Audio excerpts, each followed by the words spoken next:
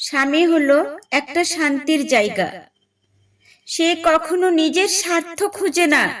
ঝগড়া যতই হোক না কেন মন উজাড় করে ভালোবাসে। হয়তো একটু বেশি রাগ করে, হয়তো একটু শাসন করে, কখনো অভিমান করে, কিন্তু সেই রাগ, অভিমান আর শাসনের আড়ালেও লুকিয়ে থাকে গভীর ভালোবাসা, যত্ন আর হারিয়ে ফেলার ভয়। স্বামী এমন একজন মানুষ যে নিজের কষ্টের কথা অনেক সময় মুখে প্রকাশ করে না। সারা দিনের ক্লান্তি, কাজের চাপ আর হাজারো চিন্তা মাথায় নিয়ে ঘরে ফিরে শুধু চায় তার প্রিয় মানুষগুলো যেন ভালো থাকে।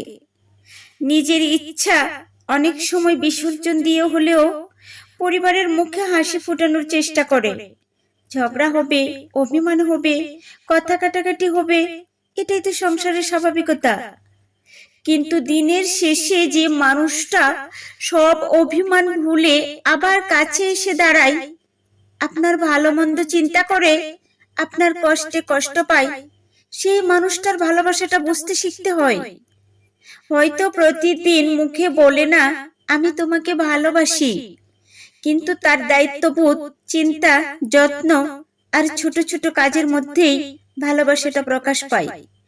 বাইরে থেকে যত কষ্ট হোক, প্রিয় মানুষটার একটু কষ্ট তার বুকের ভেতরটা কেঁপে ওঠে। তাই স্বামীকে শুধু রাগ দিয়ে বিচার করবেন না, তার শাসন দিয়ে বিচার করবেন না, একটু তার নীরবতাটাও বুঝুন, তার ক্লান্ত চোখের ভাষাটাও পড়ুন।